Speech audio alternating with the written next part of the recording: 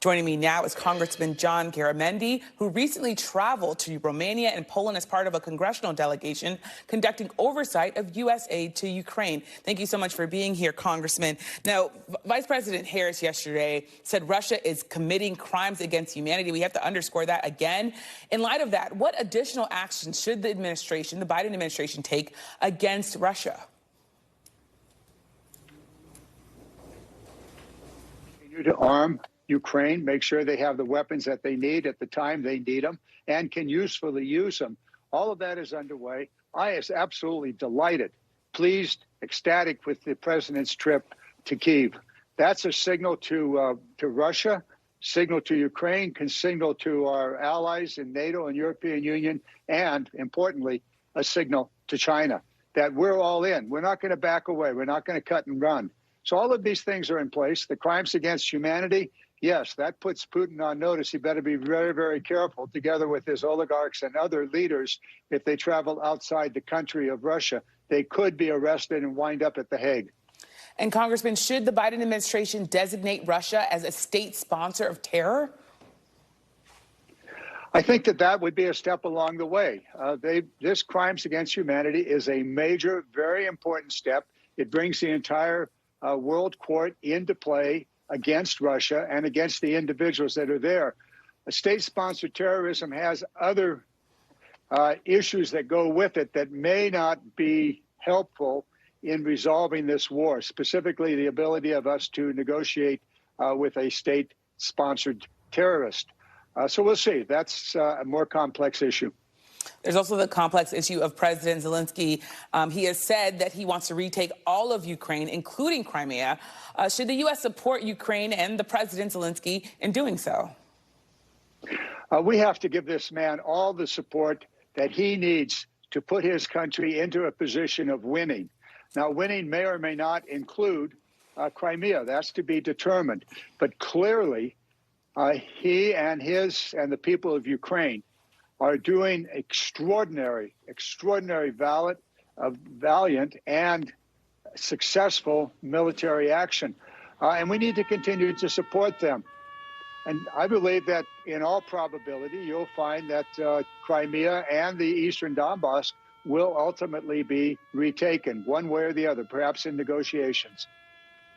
And Congressman, talking about support, you said that there will be another aid package for Ukraine passed by Congress. You said probably by the late spring. What are you hearing from lawmakers, especially Republicans, who, of course, are now in charge of the House and have also been critical of President Biden's visit to Ukraine and have also said that Ukraine shouldn't have a blank check? What are you hearing from those lawmakers that makes you so confident that this will get done, even if it's difficult? What's going to make it possible to continue aid for Ukraine is the extraordinary success that Ukraine has had. That country's perhaps 1/4 the size of Russia, and they're holding the Russia at bay. They've actually driven Russia back. That is a fact, and we're going to see that kind of continued support. Please keep in mind that there are Republicans and Republicans. There are the ultra-extreme MAGA Republicans, and they seem to be driving the Republican caucus. I don't think that's going to last for long. Within the Republican caucus, there is very, very solid support for Ukraine. On the trip that we just returned from Romania and Poland, Chairman Rogers, chairman of the Armed Services Committee, is a strong supporter, as were the other 5 members of Republicans who were on that trip. There are a handful. And they're loud, they're boisterous, and unfortunately, they have far more visibility as a result of the very close caucus vote that McCarthy had to endure. And Congressman, I also want to ask you about the issue of China. What have you heard about what kind of lethal aid, not non-lethal, but lethal aid that China is considering providing Ukraine? Well, first of all, we're not sure China is considering it. Well, they're considering it. Are they serious about it? I think they're thinking. They're going, the president's in Ukraine. The European Union and NATO are all unified, strongly supporting. The amount of aid the United States has sent is a little bit larger than what the European Union and NATO have sent. So we're all in. And China's going, oh my, who are our trading partners? Are we going to be sanctioned? Is the Chinese economy going to be hurt if they go in? And you got to be really, really careful who you go to bed with. In this case, China would go to bed with a loser. Now go to bed with Russia, who is clearly a loser in this war and loser diplomatically around the world. And so China is going to be very careful here. They're thinking about their options. And we should be also.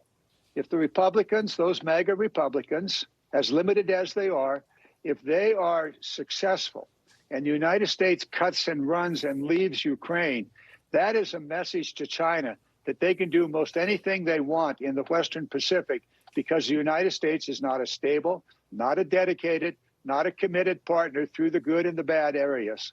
So Ukraine remains exceedingly important in Europe, but also exceedingly important in the Western Pacific and China and Taiwan and the other allied countries that we have in that region.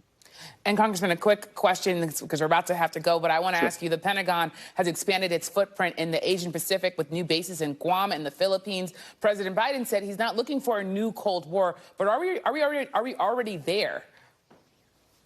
Well, we certainly have problems with China. There's no doubt about it. We obviously have problems with Russia. But I think we have an opportunity here. If we are strong, if we are determined, if we are committed, then China is going to rethink its situation. And they can push themselves forward militarily, as they have been, or they can push themselves forward diplomatically and with their economic activity. And we can be partners in building a better future. We can address climate change together, for just one example. And China is going to have to make a decision. Yeah. It's very clear to them now that the United States is not going to back away from the Western Pacific. Well, thank you so much, Congressman. Thank you. Thanks for watching our YouTube channel. Follow today's top stories and breaking news by downloading the NBC News app.